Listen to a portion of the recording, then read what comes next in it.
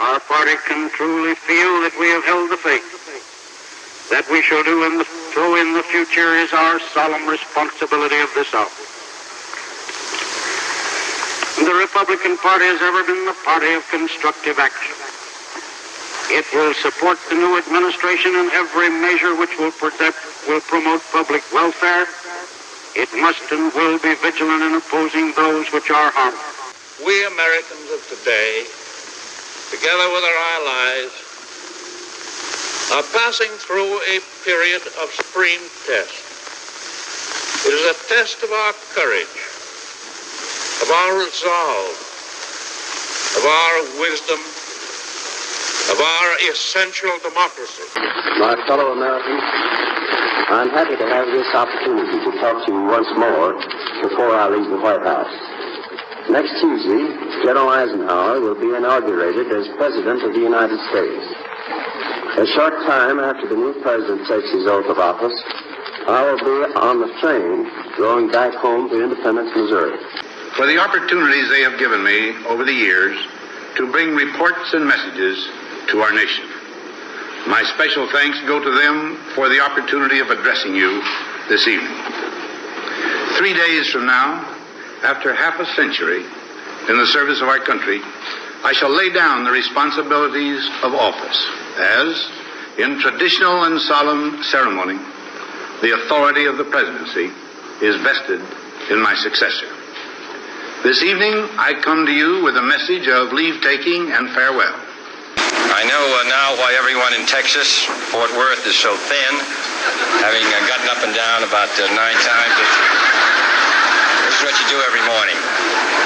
Mr. Buck, Mr. Vice President, Governor Conley, Senator Yarborough, Jim Wright, members of the congressional delegation, Mr. Speaker, Mr. Attorney General, ladies and gentlemen.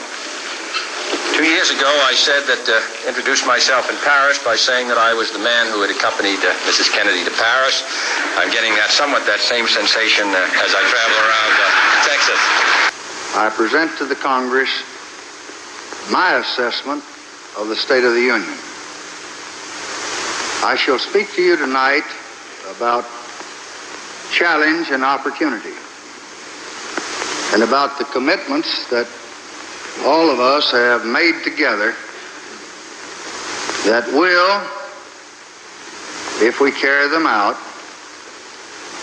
give America our best chance to achieve the kind of a great society that we all want. And it will be so reported in the press, and we don't mind, because they've got to call it as they see it. But on our part, believe me, it is spontaneous. You are here to say goodbye to us, and we don't have a good word for it in English. The best is au revoir. We'll see you again. With the Constitution, I come before you once again to report on the State of the Union. This report will be my last, maybe.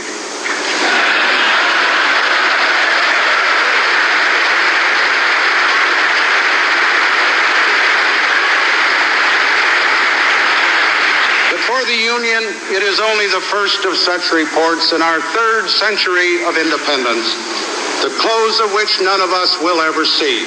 In a few days, I will lay down my official responsibilities in this office to take up once more the only title in our democracy superior to that of President, the title of citizen.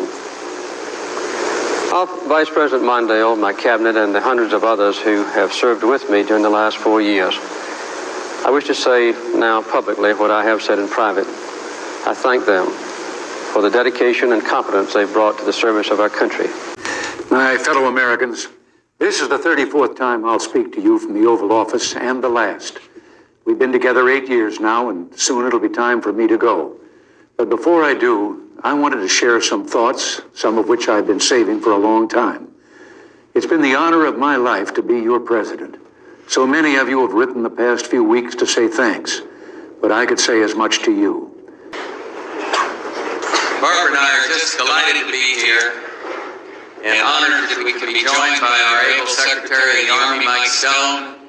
Of course, the man well known here, heads our Army, General Sullivan, General Gordon Sullivan, Gracie Graves, General Robert Foley, General Galloway, Sean Daniel, well known to everybody here, been our host in a sense, and a West Point alum who's been at my side for 4 years, out here somewhere, General Scowcroft, graduate of this great institution who served his country with such distinction.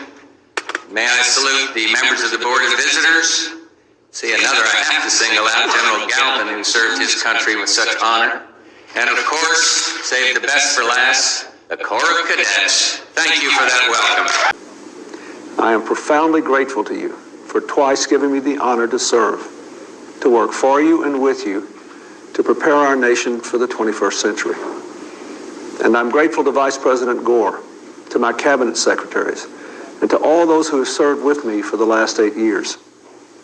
This has been a time of dramatic transformation, and you have risen to every new challenge.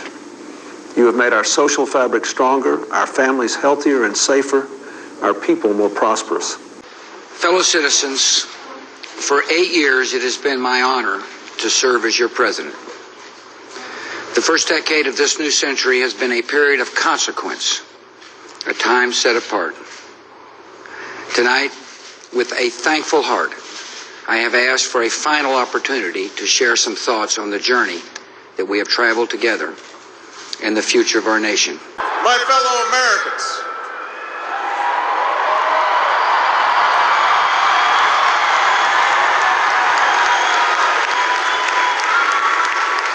Michelle and I have been so touched by all the well wishes that we've received over the past few weeks.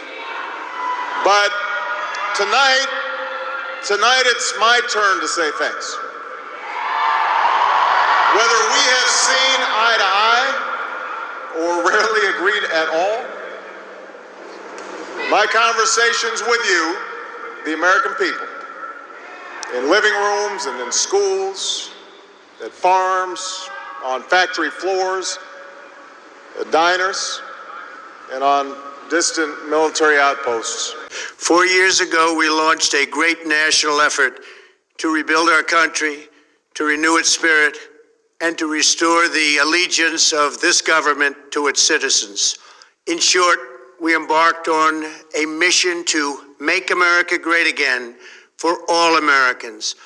As I conclude my term as the 45th President of the United States, I stand before you truly proud of what we have achieved together.